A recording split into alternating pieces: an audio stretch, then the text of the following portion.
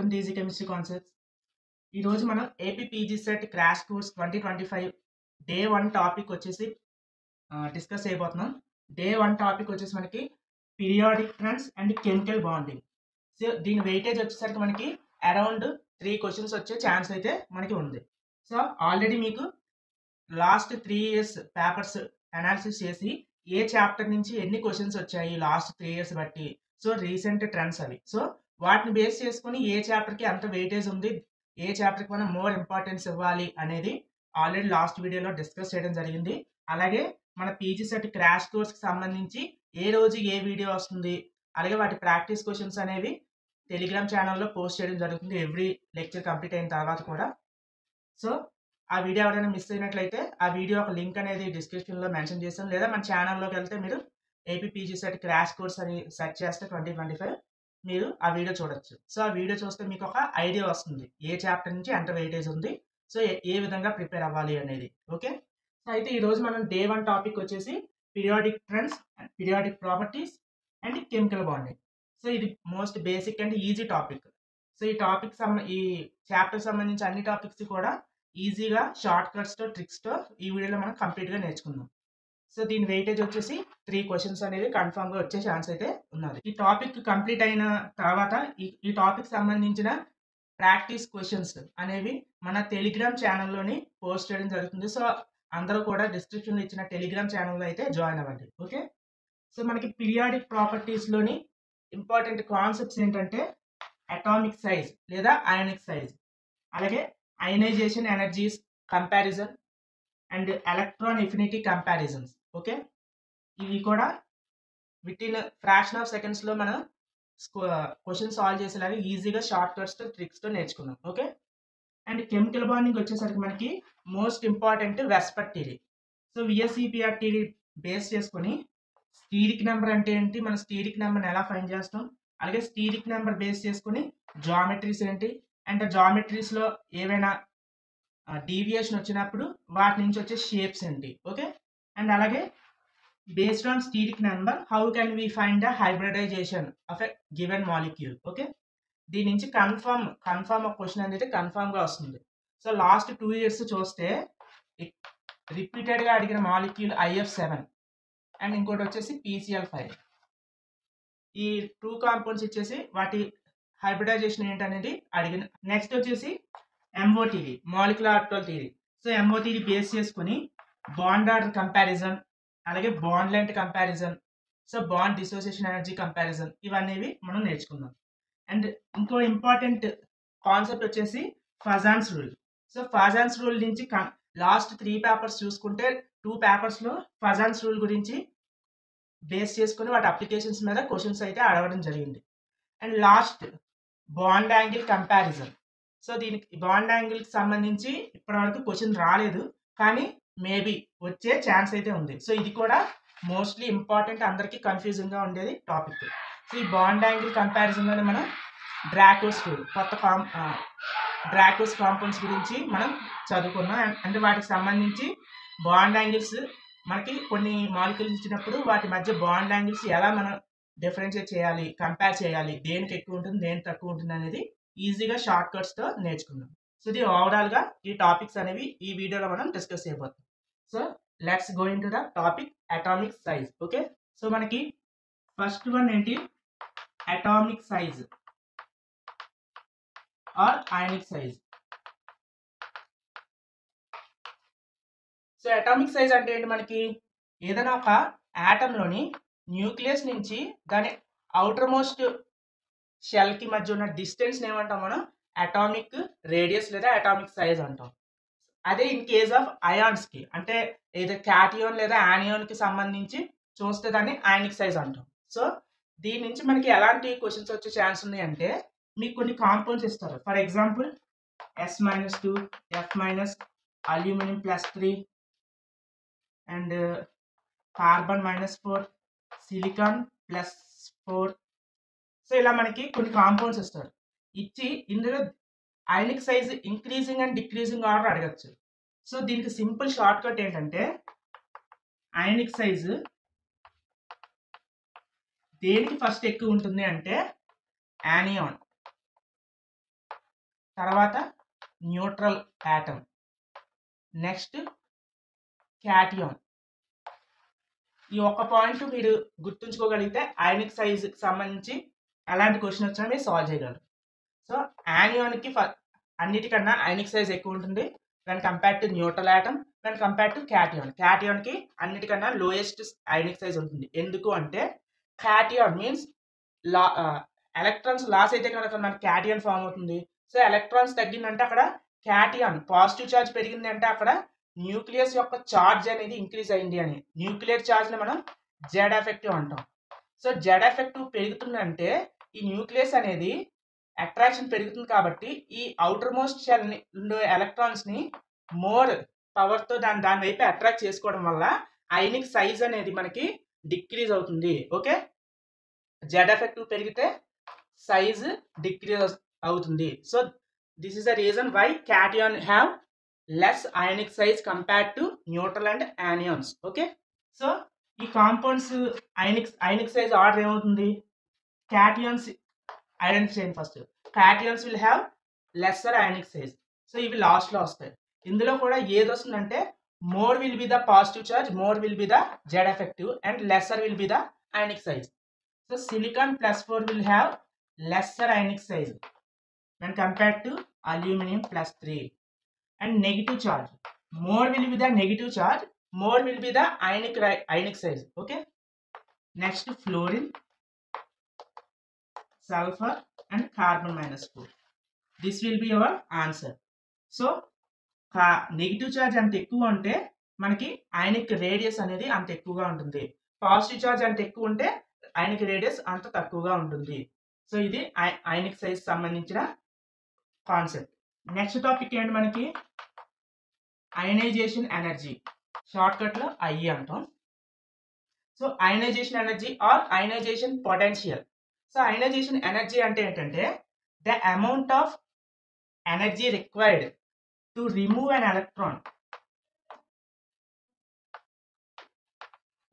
electron from valency shell లేదా outer most shell.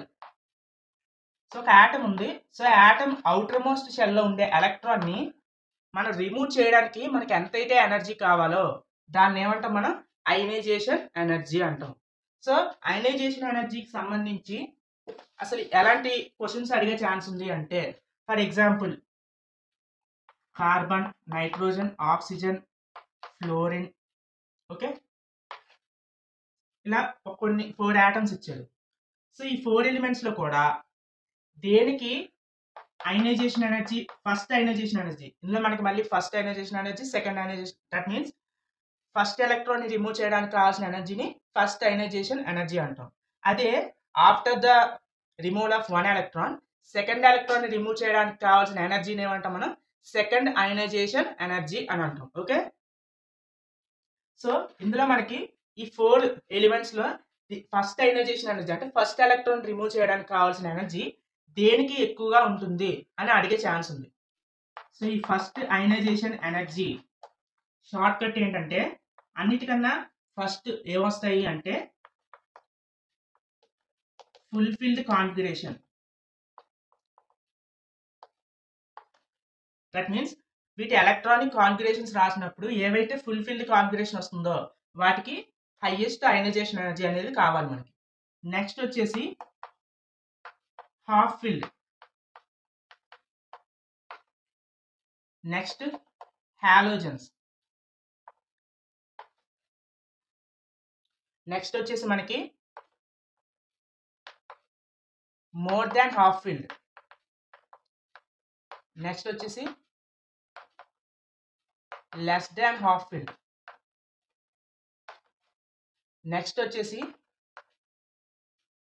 NS2, next NS2 NP1, అన్నిటికన్నా last NS1 configuration. Okay, for example దీన్నే carbon, nitrogen, oxygen, fluorine. So వీటి configurations రాయండి. First carbon ఏంటి మనకి electronic configuration 2s2 2p2, nitrogen వచ్చేసి 2s2 2p3, oxygen 2s2 2p4, fluorine వచ్చేసి 2s2 2p5. 5. Okay, ఇక్కడ ఈ p ఆర్బిటల్స్ లో కాన్ఫిగరేషన్ చూడండి.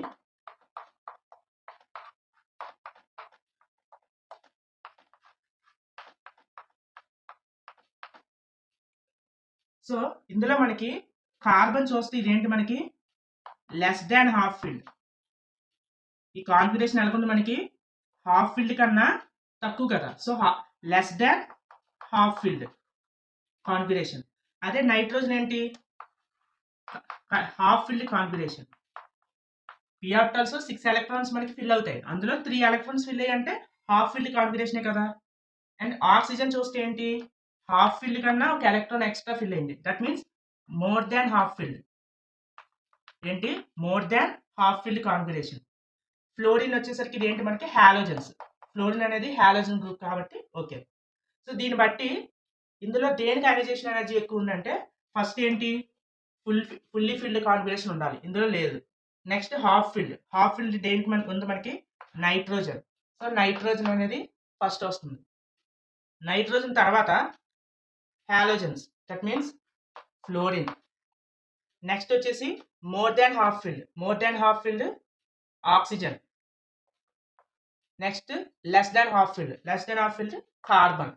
సో ఇది ఫస్ట్ అయనైజేషన్ ఎనర్జీ ఆర్డర్ అవుతుంది. ఓకే, ఈ విధంగా మీకు ఎలాంటి ఎలిమెంట్స్ ఇచ్చినా సరే ఫస్ట్ వాటి కాన్ఫిగరేషన్స్ రాస్తారు. కాన్ఫిగరేషన్స్ రాసి ఈ పర్టికులర్ ఈ ఆర్డర్ తెలిస్తే కంప్లీట్గా మీకు ఎలాంటి ఎలిమెంట్స్ ఇచ్చినా వాటి అయనైజేషన్ ఎనర్జీ ఆర్డర్ రాయొచ్చు. ఫస్ట్ ఏంటి, ఫుల్లీ ఫిల్డ్ కాన్ఫిగరేషన్ వస్తుంది. తర్వాత half filled, halogens, more than half filled, less than half filled, తర్వాత NS2 కాన్ఫిగరేషన్, తర్వాత NS2NP1, లాస్ట్లో NS1. ఇక్కడ రెండిట్లోని N అనేది ఈక్వల్గా ఉండాలి. అంటే ఫర్ ఎగ్జాంపుల్ 2s2 కాన్ఫిగరేషన్ ఒక దానికి వచ్చింది అనుకోండి, ఇంకో దానికి 2s2 2p1 వచ్చింది.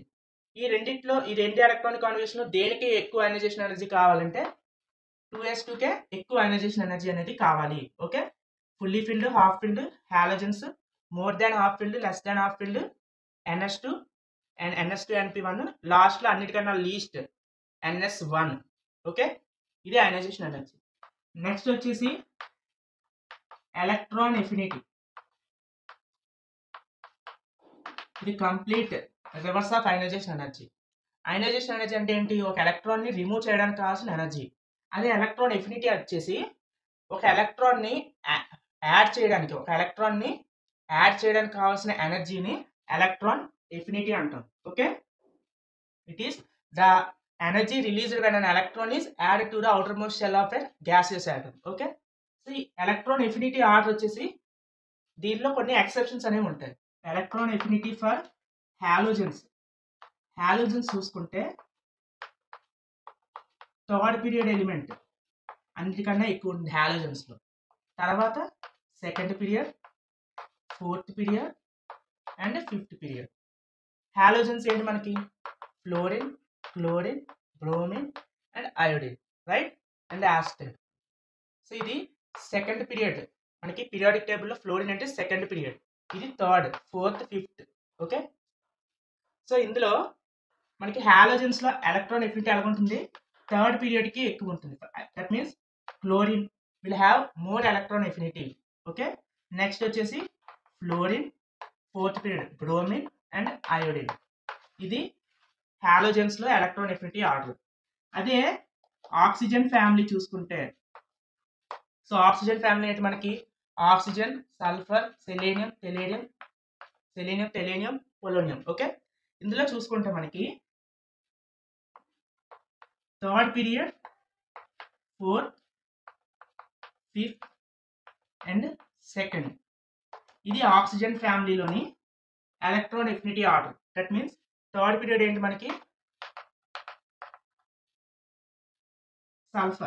Sulphur, selenium, tellurium and oxygen. ఇది మనకి ఆక్సిజన్ ఫ్యామిలీలో ఎలక్ట్రాన్ ఎఫినిటీ ఆర్డర్ అనేది ఇలా ఉంటుంది. ఓకే, సో హాలోజన్స్ ఏంటి, థర్డ్ పీరియడ్ అనేది అన్నిటికన్నా ఎక్కువ ఎలక్ట్రాన్ ఎఫినిటీ ఉంటుంది. ఆక్సిజన్ ఫ్యామిలీకి వచ్చేసరికి oxygen will have least electron affinity. Okay, ఈ రెండు ఆర్డర్ గుర్తుంచుకుంటే ఎలక్ట్రోనిక్ నుంచి ఒకవేళ క్వశ్చన్ వస్తే ఈ కాన్సెప్ట్ నుంచి మీరు సాల్వ్ చేయగలరు. దీంతో మనకి పీరియాడిక్ ప్రాపర్టీస్ అనేవి కంప్లీట్ అయింది. ఇప్పుడు కెమికల్ బాండింగ్లో VSEPR that means steric number దానికి సంబంధించి ప్రిపేర్ అవుతుంది చూద్దాం. సో కెమికల్ బాండింగ్లో first of all steric number. So steric number అంటే ఏంటంటే it is nothing but the sum of bond pairs and lone pairs.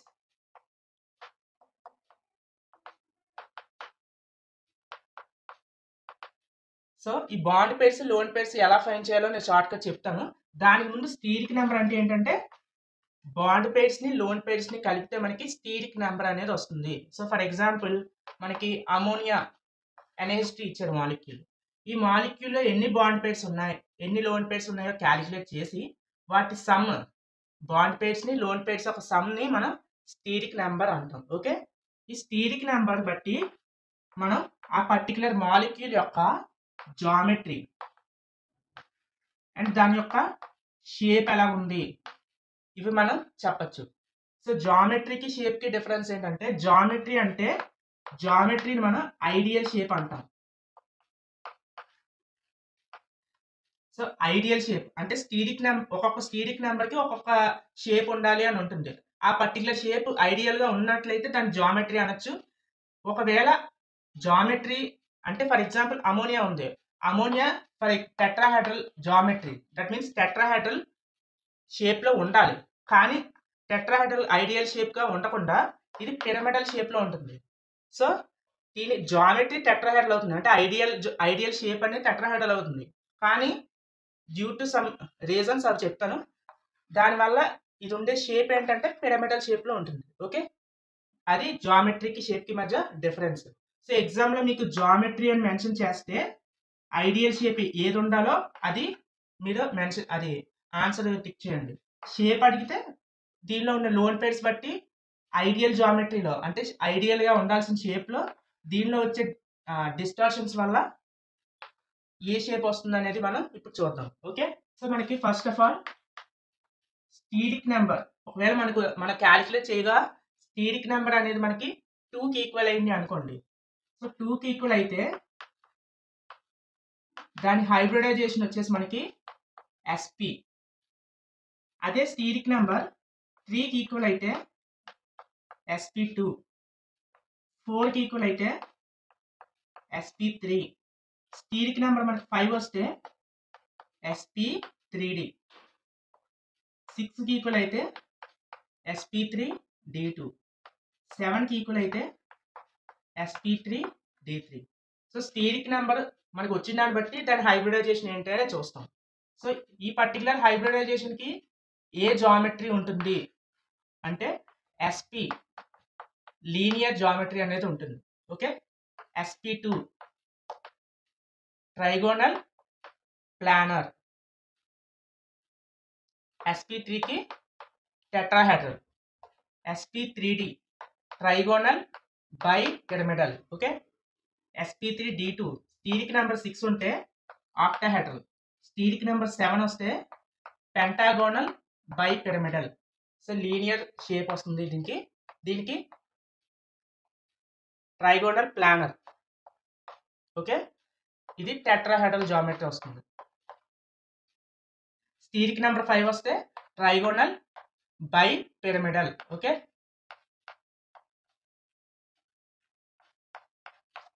అదే స్టీరిక్ నెంబర్ 6 వస్తే octahedral geometry.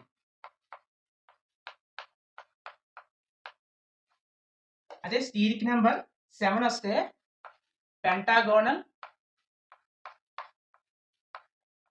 By pyramidal. Okay, ఇవి స్టీరిక్ నెంబర్, దాని hybridisation and వాటికి సంబంధించిన geometries. అయితే కొన్నిసార్లు జామెట్రీ ఏదైతే ఉందో ఆ జామెట్రీ కాకుండా వేరే ఒక షేప్ అనేది వస్తుంది, డీవియేషన్స్ అనేవి వస్తాయి. అవి ఎందుకు వస్తాయి అనేది ఇప్పుడు చూద్దాం. స్టీరిక్ నెంబర్ 2లో మనకి ఎలాంటి డీవియేషన్స్ రావు. స్టీరిక్ నెంబర్ 3, సో మనకి స్టీరిక్ నెంబర్ 3 అంటే మనకి SP2. ఇక్కడ స్టీరిక్ నెంబర్ బట్టి హైబ్రిడైజేషన్ ఎలా గుర్తుంచుకోవాలనుకుంటే మనకి ఎస్లో ఎన్ని ఆర్బిటల్స్ ఉంటే మనకి ఓన్లీ ఒక ఆర్బిటల్ ఉంటుంది, పిలో 3 ఆర్బిటల్స్ ఉంటాయి, పిఎక్స్, పివై, పిజెడ్. డిలో 5 సబ్ ఆర్బిటల్స్ ఉంటాయి, d x y, y z, z x, x y square, z square. Okay. So మనకి స్టీరిక్ నెంబర్ 2 వచ్చింది అనుకోండి, 2 ఆర్బిటల్స్ కావాలి అనుకోండి, that means s and p. Steric number 3 వస్తే 3 ఆర్బిటల్స్ కావాలి, అంటే ఒక ఎస్, 2 పీలు, sp2. స్టీరిక్ నెంబర్ 4 కావాలనుకోండి, s, p and p, 4 orbitals, steric number 4. ఇది ఏమైంది మనకి sp3. Okay. Steric number 5 కావాలనుకోండి, s, p, p, p, d. Okay, sp3d. So ఈ విధంగా రఫ్గా మీరు ఏ స్టీరిక్ నెంబర్కి ఏ హైబ్రిడైజేషన్ వస్తుంది అనేది మీరు గుర్తుంచుకోవచ్చు. ఓకే. సో స్టీరిక్ నెంబర్ 3కి మనకి ఐడియల్ జామెట్రీ ఏంటి, మనకి ట్రైగోనల్ ప్లానర్. ఇది ఎప్పుడు వస్తుందంటే మొత్తం ఈ 3 కూడా బాండ్ పైర్స్ అయినప్పుడు, అంటే మొత్తం ఈ 3 కూడా మనకి 3 కూడా బాండ్స్ అయినప్పుడే మనకి ట్రైగోనల్ ప్లానర్ అనేది వస్తుంది. ఫర్ ఎగ్జాంపుల్ BF3 తీసుకోండి. సో BF3లో బోరాన్ సెంటర్ మెటల్ ఆటం కదా. సో బోరాన్ అనేది 3 బాండ్స్ ఫామ్ చేసింది, సో ఇది ట్రైగోనల్ ప్లానర్ వస్తుంది. అదే 3 బాండ్ పైర్స్ 0 లోన్ పైర్స్ అయినప్పుడు మనకి ట్రైగోనల్ ప్లానర్ వస్తుంది. అదే ఈ 3 బాండ్ పైర్స్ లో ఒక లోన్ పైర్ ఉంది అనుకోండి, అంటే 2 బాండ్ పైర్స్ ఉన్నాయి, 1 లోన్ పైర్ ఉంది. సో ఇప్పుడు ఏమవుతుందంటే జనరల్ గా మనకి ఐడియల్ జామెట్రీ ఇది కదా. సో ఐడియల్ జామెట్రీ ఏంటి మనకి ఇది కదా, ట్రైగోనల్ ప్లానర్ కదా. సో ఈ 3 బాండ్ పైర్స్ లో ఒక లోన్ పైర్ ఉంది, సో ఒక బాండ్ పైర్ ప్లేస్ లో ఒక లోన్ పైర్ పెట్టండి. సో ఇప్పుడు ఈ షేప్ ఏమొస్తుంది మనకి, వి షేప్. ఏంటి, వి షేప్ లేదా బెంట్ షేప్ లేదా యాంగులర్ షేప్. ఓకే. ఇలాగా స్టీరిక్ నెంబర్ 3 3 బాండ్ పైర్స్ అయితే ideal geometry trigonal planar. Okay. అదే ఇందులో ఒక లోన్ పైర్ ఉంది అనుకోండి, బాండ్ పైర్ ప్లేస్ లో ఒక లోన్ పైర్ పెడతారు, వి షేప్, బెంట్ షేప్ లేదా యాంగులర్ షేప్ అనేది మనకి వస్తుంది. ఓకే. ఇది స్టీరిక్ నెంబర్ 3కి సంబంధించి. అదే స్టీరిక్ నెంబర్ 4, స్టీరిక్ నెంబర్ 4 మనకి ఏంటి, sp3. మనకి ఏ షేప్ ఉండాలి, టెట్రాహెడ్రల్ షేప్ అనేది మనకి ఉండాలి. ఓకే. ఈ టెట్రాహెడ్రల్ షేప్ ఎప్పుడు వస్తుంది, ఈ 4కి 4 కూడా బాండ్ పేర్స్ అయితే మనకి టెట్రాహెడ్రల్ షేప్ అనేది వస్తుంది. అదే 3 బాండ్ పేర్స్ ఒక లోన్ పేర్ వచ్చింది అనుకోండి, అప్పుడు ఏంటి, ఈ 3 బాండ్ పేర్స్ ఉంటే ఒక బాండ్ ప్లేస్ లో ఒక లోన్ పేర్ అనేది పెడతాం. సో ఇప్పుడు ఈ జామెట్రీ ఏమైంది మనకి పిరమిడల్ జామెట్రీ. ఓకే.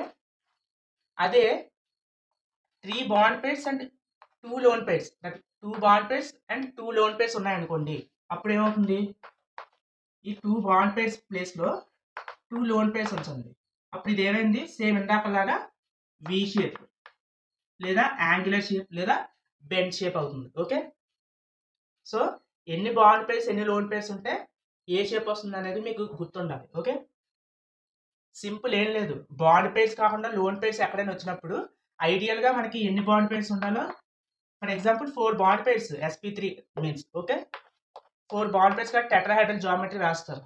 అందులో మనకి మనం రియల్ గా క్యాలిక్యులేట్ చేసినప్పుడు ఒక లోన్ పేర్ ఉంది అనుకోండి, ఒక బాండ్ పేర్ ప్లేస్ లో ఒక లోన్ పేర్ పెడితే రిజల్టెంట్ జామెట్రీ వచ్చేసి మనకి దాని అసలైన షేప్ అవుతుంది. ఓకే.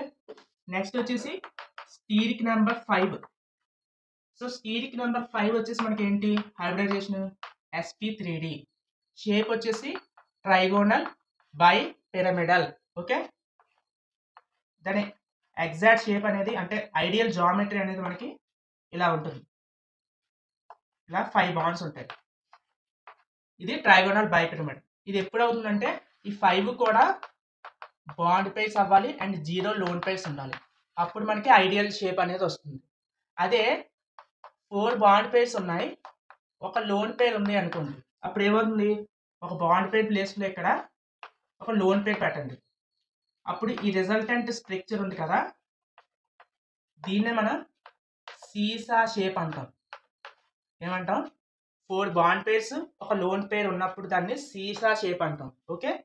అదే 3 bond pairs and 2 lone pairs ఉన్నాయి అనుకోండి,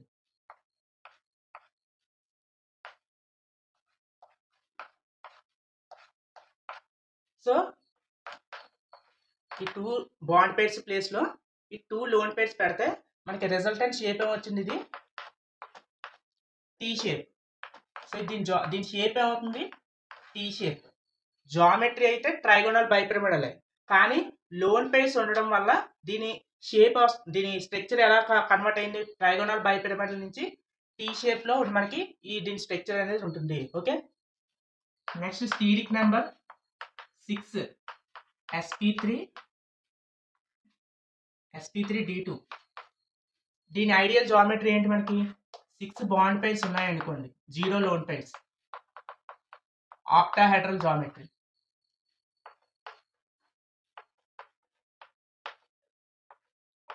మొత్తం 6 కూడా బాండ్ పేర్స్. ఓకే, అదే 5 బాండ్ పేర్స్ విత్ 1 లోన్ పేర్, ఒక లోన్ పేర్ ఉందనుకోండి. సో ఏదైనా ఒక పొజిషన్లో బాండ్ పేర్ ప్లేస్లో ఒక లోన్ పేర్ ప్లేస్ చేస్తారు.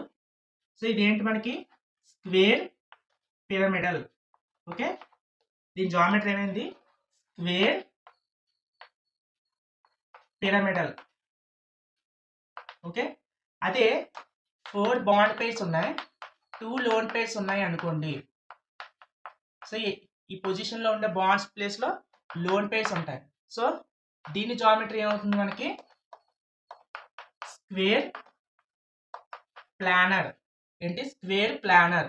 సో ఇలాగా bond pairs and lone pairs బట్టి మనకి జామెట్రీ షేప్ ఏమొస్తుంది అనేది మనం ఈజీగా ఫైండ్ చేయొచ్చు. సింపుల్గా ఏంటంటే ఐడియల్ జామెట్రీ జనరల్గా, for example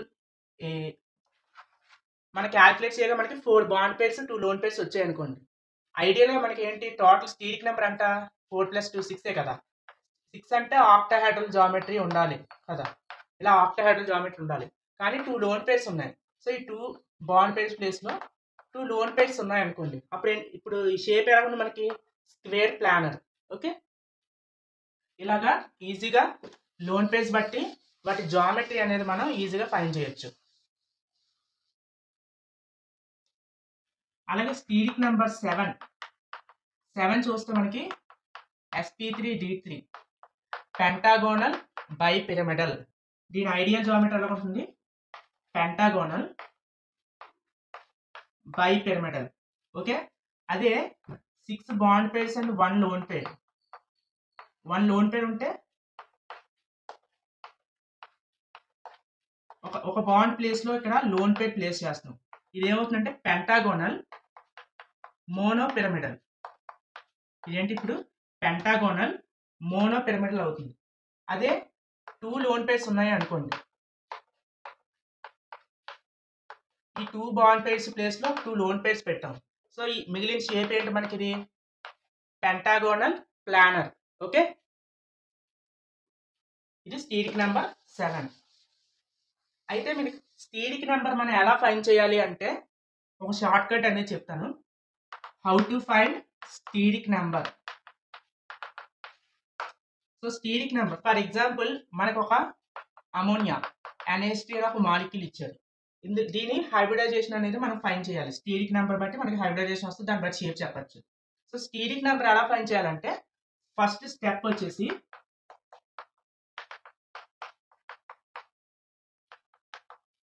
identify central atom. So మనకి ఇచ్చిన మాలిక్యూల్లో సెంట్రల్ ఆటమ్ని ఐడెంటిఫై చేయాలి. Central atom ఏదవుతుందంటే except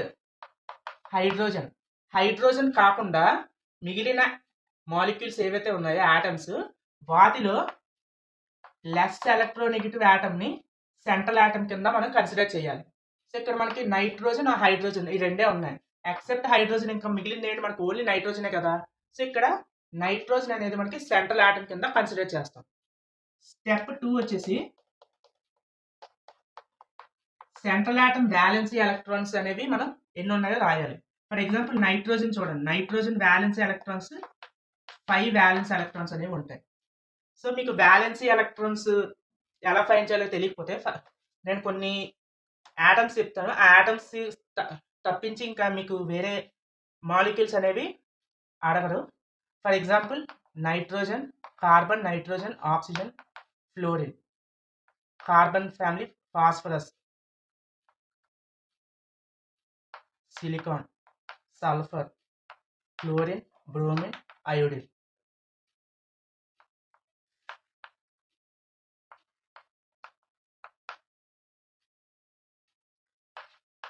so maximum ఇవే మీకు అడుగుతారు. సో కార్బన్ ఏ గ్రూప్ మనకి 4th group, nitrogen 5th group, oxygen 6th, fluorine 7th. So మనకి ఏ గ్రూప్ ఎలిమెంట్ అయితే దాని ఆ ఎలిమెంట్ వ్యాలెన్స్ ఎలక్ట్రాన్స్ దాని గ్రూప్ నెంబర్కి ఈక్వల్ అవుతుంది. నైట్రోజన్ 5th గ్రూప్ ఎలిమెంట్ కాబట్టి 5 వ్యాలెన్స్ ఎలక్ట్రాన్స్ అనేవి ఉంటాయి. అదే ఆక్సిజన్ అనుకోండి, అది 6th గ్రూప్ సంబంధించింది కాబట్టి 6th అంటే 6A లేదా 16th గ్రూప్ అంటాం కదా. సో 6A లేదా 16th group. So 6A group కాబట్టి దాని వ్యాలెన్స్ ఎలక్ట్రాన్స్ ఎన్ని ఉంటాయి? 6 ఉంటాయి. సో ఈ విధంగా సెంట్రల్ ఆటమ్ దాని వ్యాలెన్స్ ఎలక్ట్రాన్స్ ఫైండ్ చేయొచ్చు. నైట్రోజన్ ఎన్ని వ్యాలెన్స్ ఎలక్ట్రాన్స్ ఉన్నాయి? 5 వ్యాలెన్స్ ఎలక్ట్రాన్స్ ఉన్నాయి. ఇది స్టెప్ 2. స్టెప్ 3 వచ్చేసి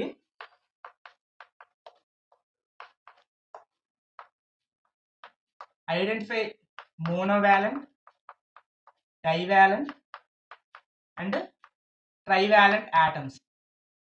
సో సెంట్రల్ ఆటమ్ కాకుండా దాని సరౌండింగ్ ఆటమ్స్ ఎలా బిహేవ్ చేస్తాయి అంటే, సరౌండింగ్ ఆటమ్స్ మోనోవాలెంటా, డైవాలెంటా లేదా ట్రైవాలెంటా అనేవి ఫైండ్ చేయాలి. అసలు మోనోవాలెంట్ అంటే ఏంటంటే, ఏవైతే సింగిల్ బాండ్ ఫామ్ చేస్తాయో, ఓకే, సింగిల్ బాండ్ ఫామ్ చేసేవన్నీ కూడా మోనోవాలెంట్. వీటికి examples hydrogen and all halogens and hydrogen ఇవన్నీ కూడా సెంట్రల్ ఆటమ్తో సింగిల్ బాండ్నే ఫామ్ చేస్తాయి. డైవాలెంట్ అంటే డబుల్ బాండ్ ఫామ్ చేసేవి ఏంటి?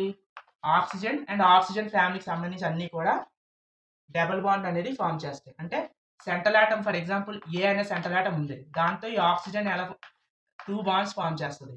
ఓకే, అంటే 2 బాండ్స్ ఫామ్ చేస్తుంది అంటే ఏంటి? ఇక్కడ సెంట్రల్ ఆటమ్ దగ్గర 2 ఎలక్ట్రాన్స్ని యూజ్ చేసుకుంటుంది అని. అంటే సెంట్రల్ ఆటంలో 2 ఎలక్ట్రాన్స్, ఆక్సిజన్ 2 ఎలక్ట్రాన్స్ కలిపి 2 బాండ్స్. ఓకే, ట్రైవాలెంట్ అంటే నైట్రోజన్ ఫ్యామిలీ అన్ని కూడా trivalent. Okay,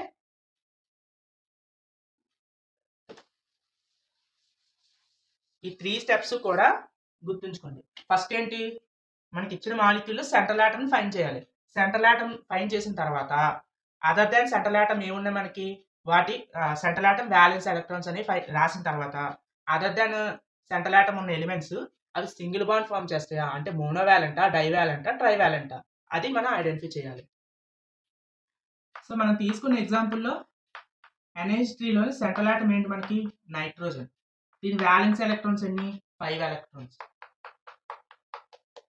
electrons. Surrounding atoms ఏంటి మనకి? హైడ్రోజన్స్. ఎన్ని ఉన్నాయి?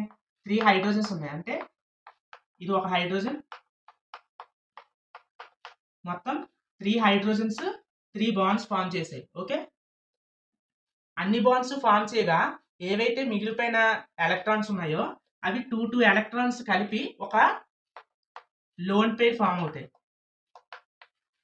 లోన్ పేర్ అంటే ఏంటి? ఏవైతే బాండింగ్ అయిపోగా అంటే బాండింగ్ లో పార్టిసిపేట్ చేయని ఎలక్ట్రాన్స్ 2 ఎలక్ట్రాన్స్ కలిపి ఒక లోన్ పేర్ కింద ఫామ్ అవుతుంది. ఓకే, సో ఈ NH3లో మనకి ఏంటి? 3 బాండ్ పేర్స్ వచ్చాయి. ఇదేంటి? 1 2 3 బాండ్ పేర్స్ వచ్చాయి. అలాగే 1 లోన్ పేర్ వచ్చింది. స్టీరిక్ నెంబర్ ఏంటి? ఏం చెప్పాను? Bond pair plus lone pair అంటే 3 + 1. స్టీరిక్ నెంబర్ అంతా 4కి ఈక్వల్ అయింది.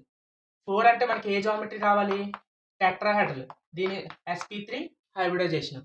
టెట్రాహెడ్రల్ అంటే అమోనియా షేప్ ఎలా ఉండాలి మనకి? నైట్రోజన్ ఉంది, ఇలా షేప్ అనేది మనకి ఇలా ఉండాలి. ఓకే, కానీ ఇక్కడ బాండ్ పేర్స్ 3 ఉన్నాయి. ఇంకో బాండ్ ప్లేస్లో ఏముంది మనకి? లోన్ పేర్ ఉంది. సో దీనివల్ల అమోనియా షేప్ ఏమొస్తుంది మనకి? టెట్రాహెడ్రల్ అనేది దాని జామెట్రీ అవుతుంది. దాని షేప్ ఏంటి మనకి? పిరమిడల్.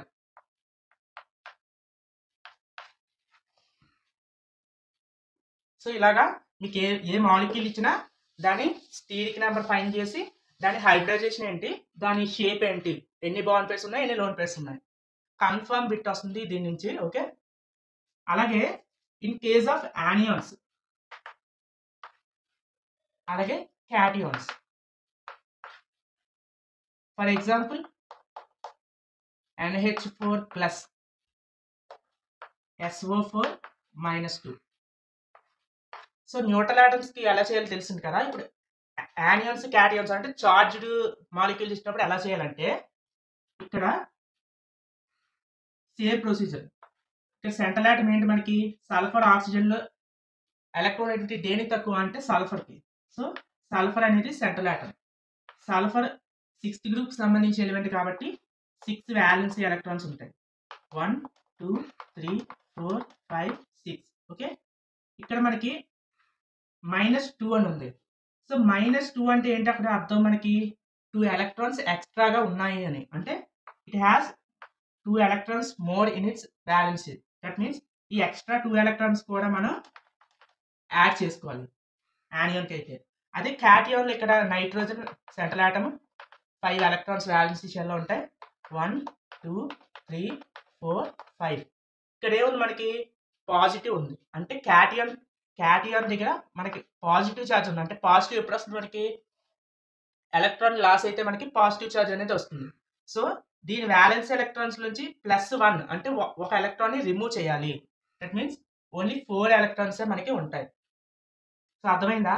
యానియాన్ దగ్గరికి వచ్చేసరికి ఎంత నెగిటివ్ ఛార్జ్ ఉంటే అన్ని ఎలక్ట్రాన్స్ యాడ్ చేయండి. క్యాటియాన్ దగ్గర ఎంత పాజిటివ్ ఛార్జ్ ఉంటే అన్ని ఎలక్ట్రాన్స్ని రిమూవ్ చేయాలి. ఓకే, నెగిటివ్ ఉంటే యాడ్ చేస్తాం, పాజిటివ్ ఉంటే రిమూవ్ చేస్తాం. ఓకే, సో ఇక్కడ 8 ఎలక్ట్రాన్స్ ఉన్నాయి. ఆక్సిజన్ మనకు తెలిసి ఏంటిది బైవాలెంట్. అంటే ఒక్కొక్క ఆక్సిజన్ డబుల్ బాండ్ ఫామ్ చేయగలరు. సో 1 ఒక ఆక్సిజన్ ఏంటి మనకి ఇక్కడ సల్ఫర్ 2 ఎలక్ట్రాన్స్తో మనకి డబుల్ బాండ్ ఫామ్ చేసింది.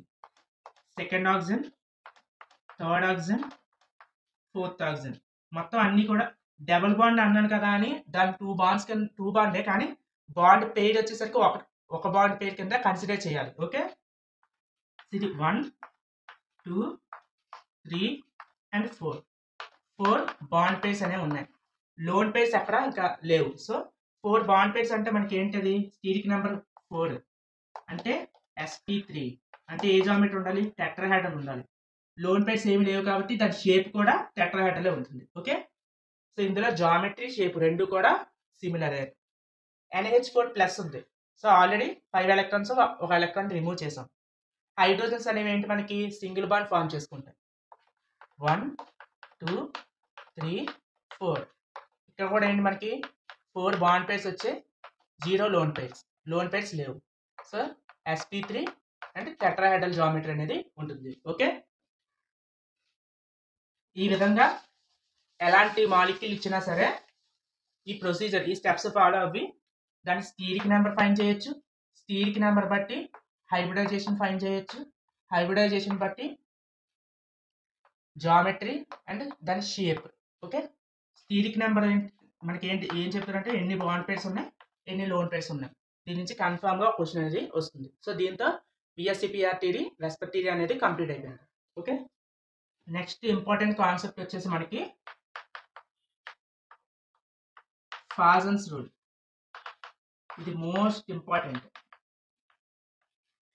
ఓకే, సో ఫాజన్స్ రూల్ ఏంటంటే అసలు ఫాజన్ రూల్ ఏం చెప్తుందంటే A B అని 2 ఆటమ్స్ మధ్య ఒక బాండ్ ఉన్నట్లయితే ఈ బాండ్ అనేది 100% అయానిక్ కాదు, అలాగే 100% కోవలెంట్ బాండ్ కాదు. అంటే ఏ బాండ్ కూడా 100% కోవలెంట్ బాండ్ అవ్వదు, అలాగనే 100% అయానిక్ అనేది అవ్వదు. అది దాంట్లో అయానిక్ నేచర్ ఉంటుంది, అలాగే కోవలెంట్ నేచర్ కూడా ఉంటుంది. ఓకే, ఏ బాండ్ కూడా 100% అయానిక్ అవ్వదు అండ్ కోవలెంట్ అవ్వదు. ఓకే, దీన్ని బేస్ చేసుకొని మనకిచ్చిన ఫాజన్స్ రూల్స్ బేస్ చేసుకొని మనకిచ్చిన కాంపౌండ్స్ యొక్క covalent nature and ionic nature అనేది మనం ఫైండ్ చేయొచ్చు అనమాట. ఓకే, సో దీంట్లో ఇంపార్టెంట్ కాన్సెప్ట్ ఏంటంటే పోలరైజేషన్. సో మొత్తం ఫాజన్ రూల్ అంతా ఈ పోలరైజేషన్ కాన్సెప్ట్ మీదే డిపెండ్ అయి ఉంటుంది. ఓకే, సో పోలరైజేషన్ అంటే ఏంటంటే ఫర్ ఎగ్జాంపుల్ ఏదైనా A+ అండ్ B- అని 2 అయాన్స్ ఉన్నాయి. ఇది క్యాటియోన్, ఇది యానియాన్.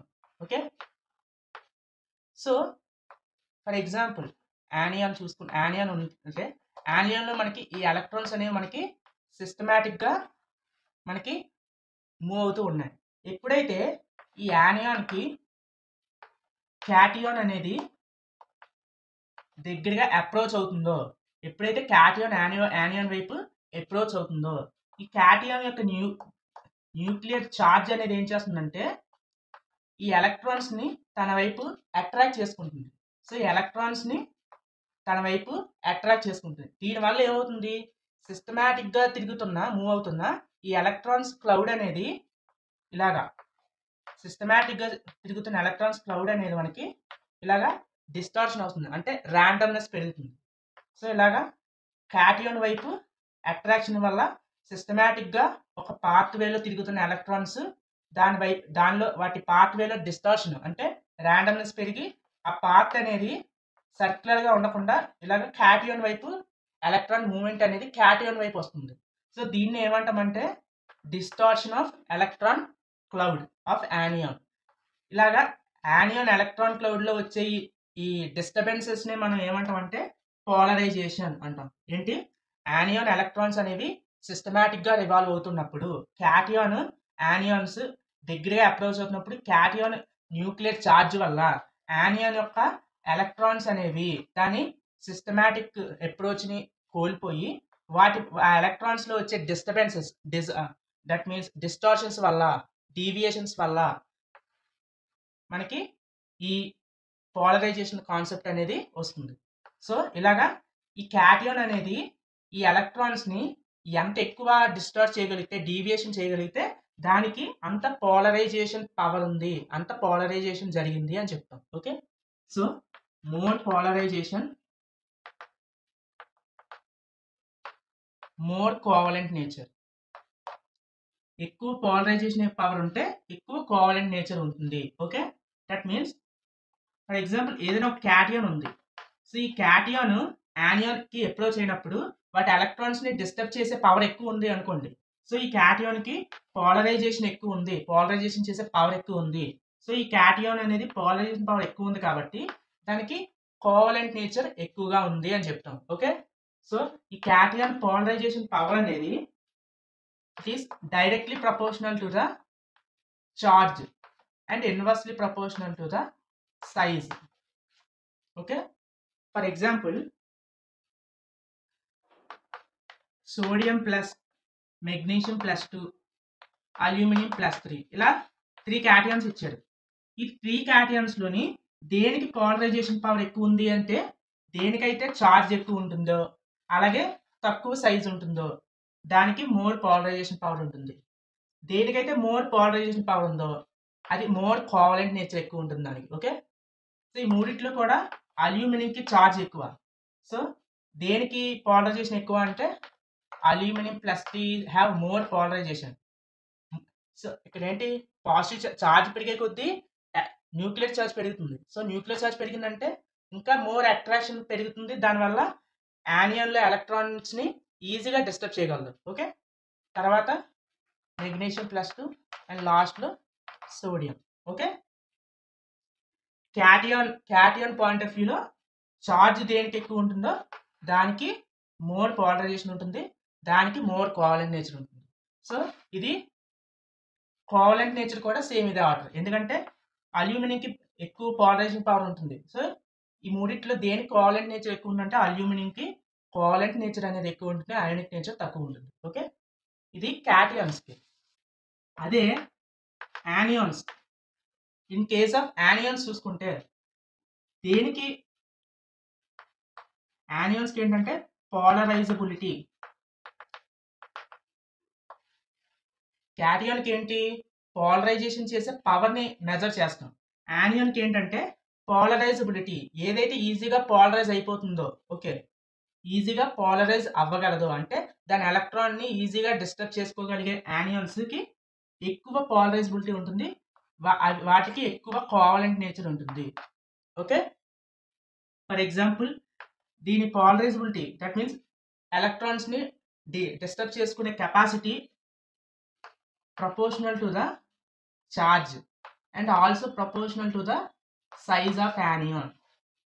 అంటే ఫర్ ఎగ్జాంపుల్ తీసుకొని చెప్తాను చూడండి. ఫర్ ఎగ్జాంపుల్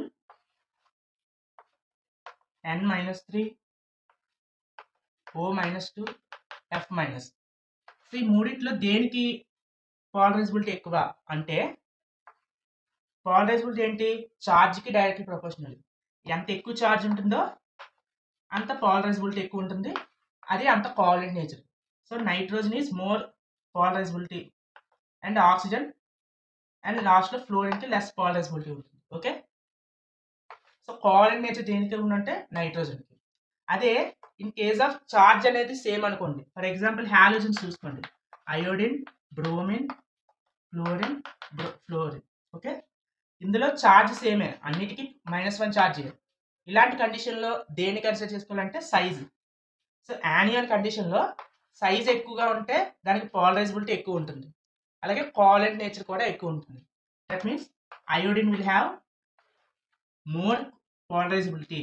ఓకే, మనకి డౌన్ ద గ్రూప్ సైజ్ పెరుగుతుంది కదా, సో అయోడిన్కి లార్జ్ సైజ్, అయోడిన్ సైజ్ ఎక్కువ కాబట్టి దీనికి మోర్ పోలరైజబిలిటీ ఉంటుంది.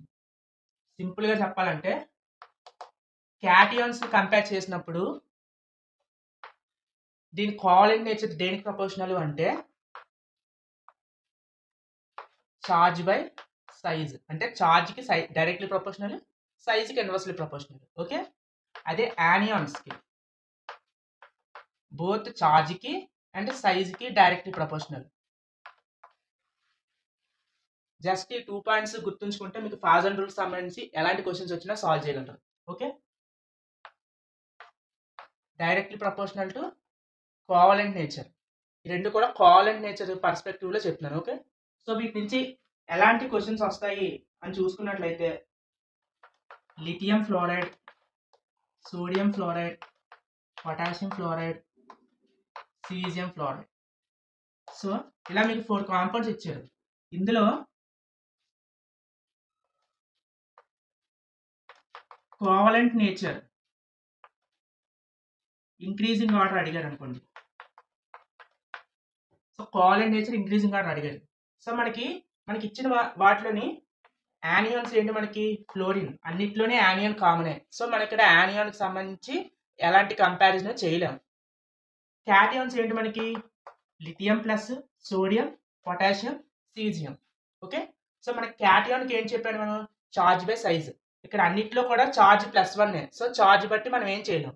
కానీ సైజ్ చూడండి, కోవలెంట్ నేచర్కి సైజ్ ఏంటి, మనకి ఇన్వర్స్లీ ప్రపోర్షనల్ క్యాటియాన్కి. అంటే దేనికైతే ఎక్కువ సైజ్ ఉంటుందో దానికి తక్కువ కోవలెంట్ నేచర్ ఉంటుంది క్యాటియాన్ దగ్గర. ఓకే, మనకి ఈ lithium, sodium, potassium down the group ఏంటి, మనకి down the group atomic size అనేది మనకి ఏంటి, మనకి ఇంక్రీజ్ అవుతుంది. అంటే caesium has larger size. Okay, so it has larger size.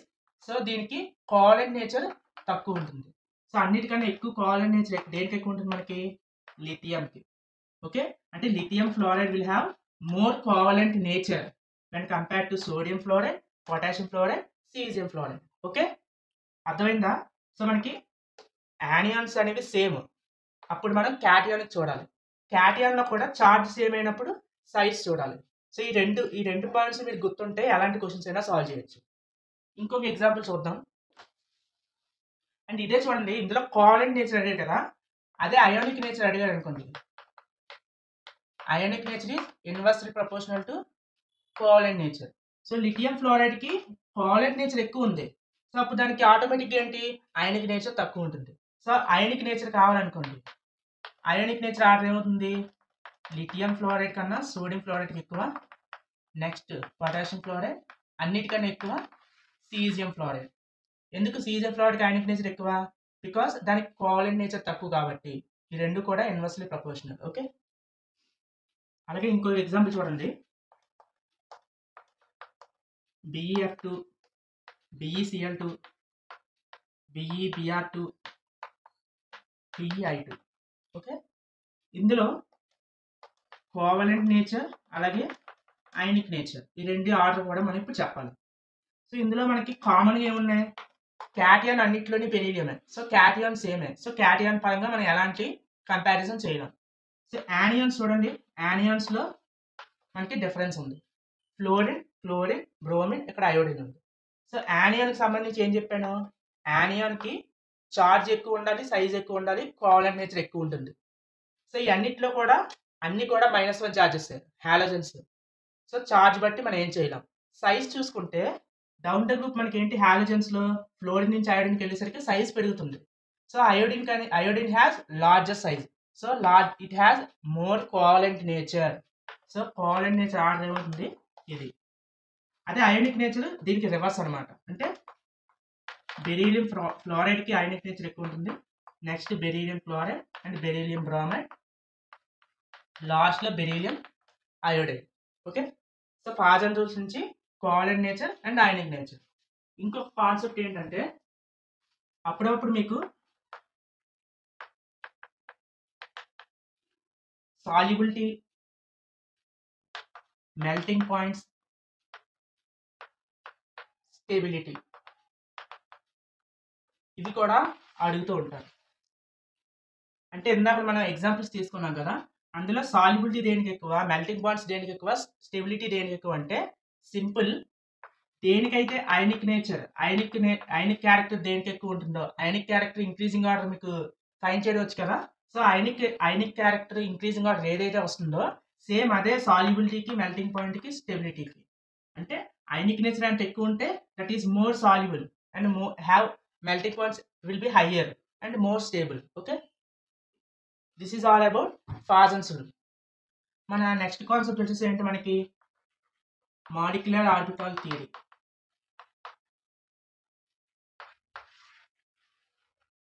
Sir it is one of the easiest topic. దీని నుంచి అడిగేవి ఏంటంటే మనకి bond order, bond dissociation energy, bond strength and bond length. So మనకి కొన్ని డయాటమిక్ మాలిక్యూల్స్ ఇచ్చేసి వాటి bond order increasing order and decreasing order అడగచ్చు, లేదా bond dissociation energy, strength, bond length comparisons అనేవి ఎక్కువ అడుగుతూ ఉంటారు. సో అయితే మనకి కాన్సెప్ట్ కన్నా షార్ట్ కట్స్ పరంగా బాండ్ ఆర్డర్ ఎలా ఫైండ్ చేయాలి అంటే,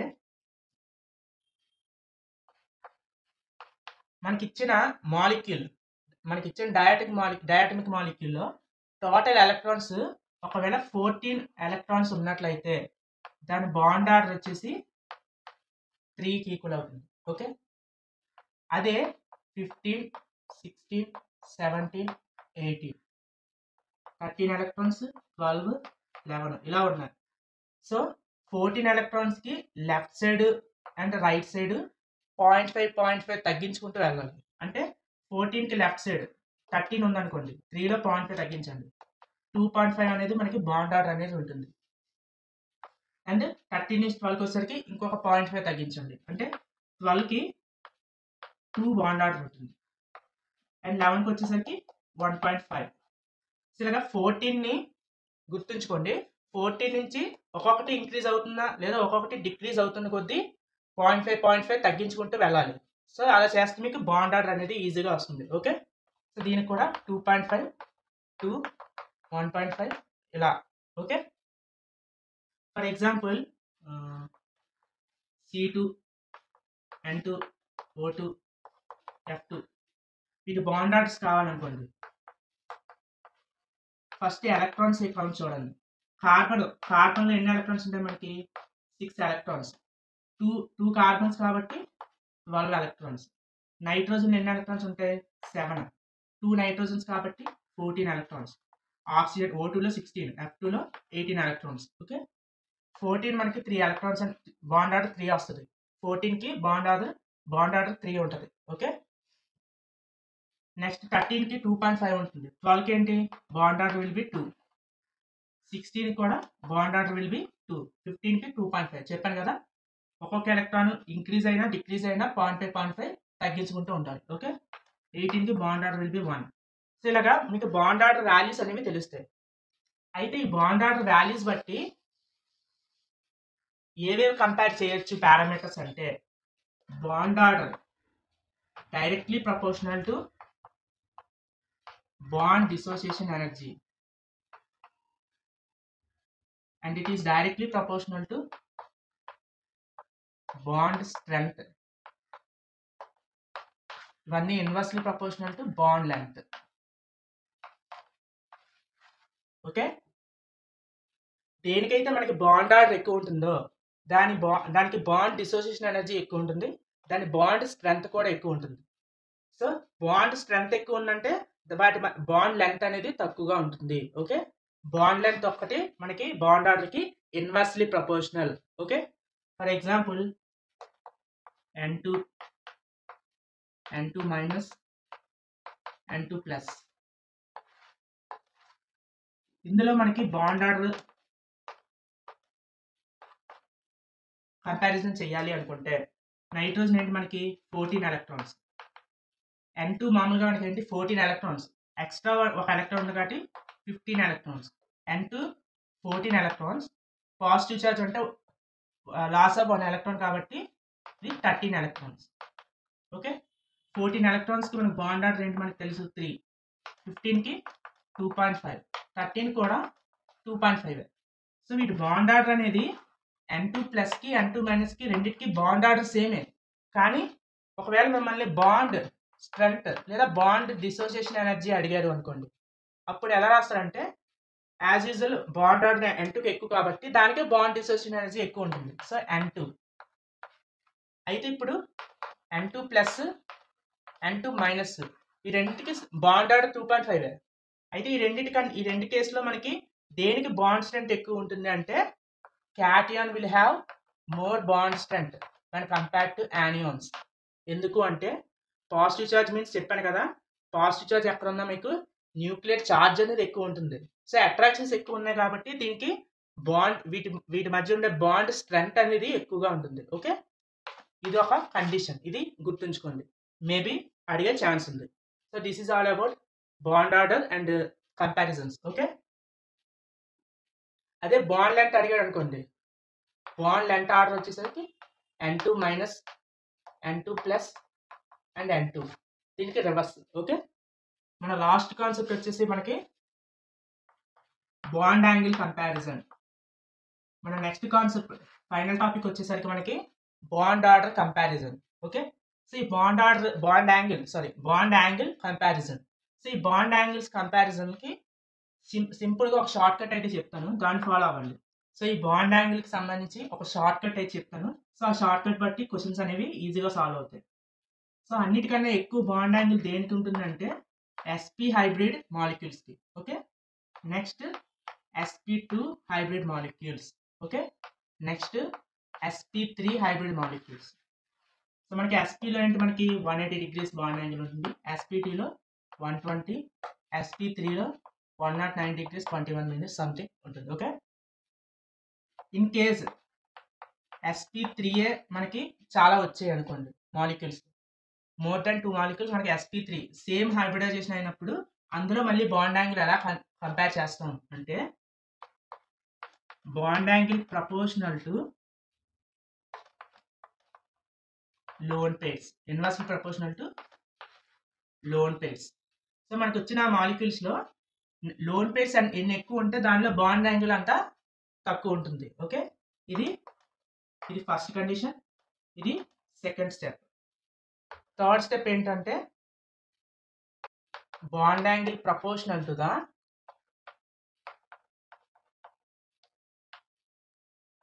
electronegativity of surrounding atoms and bond angle inversely proportional to the electronegativity of central atoms. ఈ 4 పాయింట్స్ మీరు గుర్తుంచుకుంటే బాండ్ యాంగిల్ కంపారిజన్ అనేది ఈజీగా ఉంటుంది. ఫస్ట్ ఏంటి, ఫస్ట్ మీకు ఇచ్చిన మాలిక్యూల్స్ అన్నిట్లో కూడా ఫస్ట్ హైబ్రిడైజేషన్ ఫైండ్ చేసి అందులో sp ఉంటే అది అన్నిటికన్నా ఫస్ట్లో పెడతారు, ఎందుకంటే దానికి ఎక్కువ బాండ్ యాంగిల్ ఉంటుంది. నెక్స్ట్ sp2 వస్తుంది, నెక్స్ట్ sp3 వస్తుంది. sp3లోనే మళ్ళీ ఇంకా మోర్ మాలిక్యూల్స్ అన్నిట్లో కూడా sp3 కామన్ హైబ్రిడైజేషన్ అయితే అందులో లోన్ పేర్స్ చెక్ చేయండి. ఎందులో అయితే లోన్ పేర్స్ ఎక్కువ ఉంటాయో దానికి బాండ్ యాంగిల్ తక్కువ ఉంటుంది. ఓకే, ఇక్కడతో మ్యాక్సిమం సాల్వ్ అవుతాయి. ఒకవేళ ఇంకా లోన్ పేర్స్ కూడా సిమిలర్గా ఉన్నాయనుకోండి కొన్ని మాలిక్యూల్స్లో, అప్పుడు ఏం చేస్తారంటే సెంట్రల్ ఆటమ్ ఎలక్ట్రోనెగటివిటీ ఎక్కువగా ఉంటే బాండ్ యాంగిల్ తక్కువగా ఉంటుంది. ఓకే, అదే surrounding atoms for example NH3 ఉంది, PH3 ఉంది. ఇందులో మనకి సెంట్రల్ ఆటమ్ ఏంటి, మనకి నైట్రోజన్ ఫాస్ఫరస్, రెండిట్లోని sp3 హైబ్రిడైజేషన్, రెండిట్లోని ఒక లోన్ పేర్ ఉంటుంది. ఓకే, ఇలాంటప్పుడు ఏంటంటే సరౌండింగ్ ఆటమ్స్ సిమిలర్ కాబట్టి దీన్ని అప్లై చేయలేం. సెంట్రల్ ఆటమ్ ఎలక్ట్రోనెగటివిటీ ఎక్కువ ఉంటే బాండ్ యాంగిల్ తక్కువ ఉంటుంది. ఇక్కడ నైట్రోజన్ ఫాస్ఫరస్లో nitrogen is more electronegative than phosphorus, అంటే నైట్రోజన్ ఎలక్ట్రోనెగటివిటీ ఎక్కువ, సో నైట్రోజన్ బాండ్ యాంగిల్ అనేది తక్కువ అవుతుంది. అప్పుడు బాండ్ యాంగిల్ వచ్చేసరికి ఏంటి, ఫాస్ఫరస్ ఎక్కువ ఉంటుంది. ఓకే, ఈ విధంగా బాండ్ యాంగిల్ కంపారిజన్స్ అనేవి చేయొచ్చు. కొన్ని ఎగ్జాంపుల్స్ తీసుకొని ఇప్పుడు బాండ్ యాంగిల్ ఎలా కంపేర్ చేయాలనేది చూద్దాం. ఇచ్చిన మాలిక్యూల్స్లో బాండ్ యాంగిల్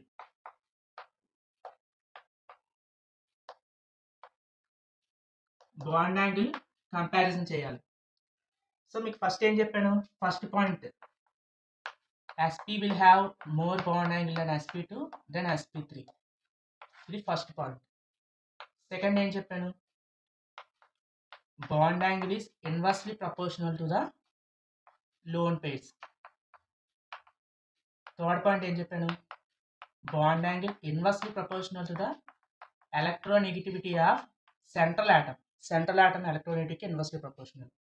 ఫోర్త్ పాయింట్ ఏంటి, bond angle directly proportional to the electronegativity of surrounding atoms electronegativity ఎక్కువ ఉన్న బాండ్ యాంగిల్ ఎక్కువ ఉంటుంది. ఓకే, ఈ 4 పాయింట్స్ బేస్ చేసుకొని మనం ఇప్పుడు వీటి బాండ్ యాంగిల్ ఆర్డర్ అనేది మనం ఫైండ్ చేయాలి.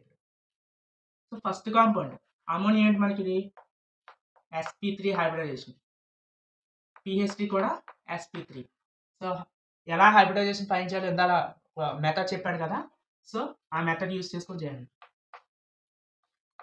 H2O కూడా sp3 hybridisation, CH4 sp3, బెరీడియం chloride ఇది sp2 వస్తుంది, సారీ sp హైబ్రిడైజేషన్ వస్తుంది. ఓకే, గుర్తుంది కదా method, beryllium 2 electrons 2 chlorine atoms పైన చేస్తాయి, 2 violence electrons, beryllium second group కాబట్టి 2 బాండ్ పేర్స్ స్టీరిక్ నెంబర్ 2 కాబట్టి sp, BF3 sp2 hybridisation.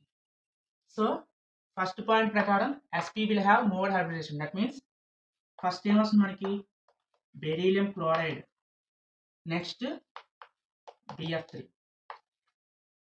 So ఈ రెండో అయ్యాయి, ఇవన్నీ కూడా sp3లే.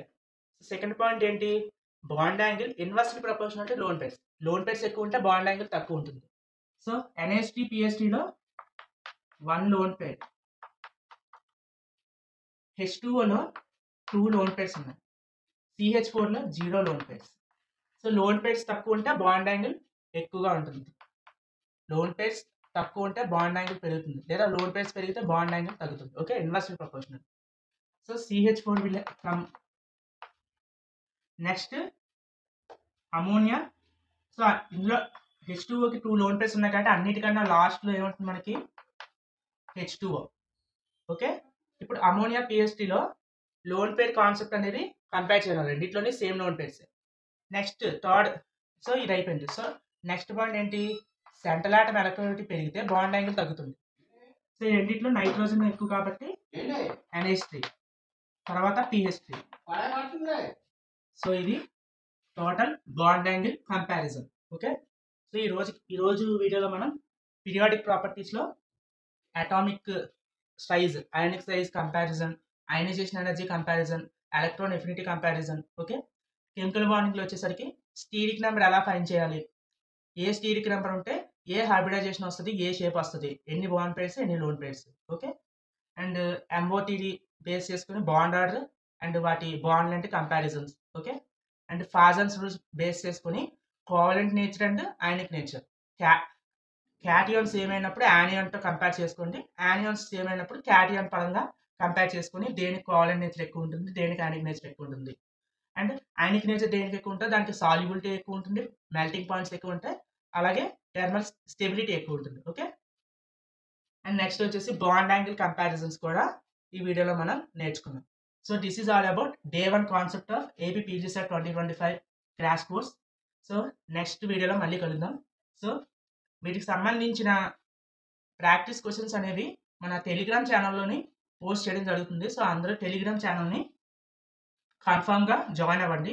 అలాగే ఈ వీడియో మీకు హెల్ప్ అయి ఉంటే ప్లీజ్ లైక్ చేయండి. అలాగే మీ ఫ్రెండ్స్కి కానీ మీ క్లాస్మేట్స్ కానీ ఈ వీడియోని షేర్ చేయండి. Okay, until then practise well and ఎక్కువగా రివైజ్ చేస్తూ ఉండండి కాన్సెప్ట్. అప్పుడే మీకు ఈజీగా గుర్తుంటుంది. Okay, see you in the next video. ఈ వీడియో కనుక మీకు నచ్చినట్లయితే సబ్స్క్రైబ్ చేయండి, పక్కనే ఉన్న బెల్ ఐకాన్ని యాక్టివేట్ చేసుకోండి సో దట్ మా లేటెస్ట్ వీడియోస్ మీరే ఫస్ట్ చూడవచ్చు.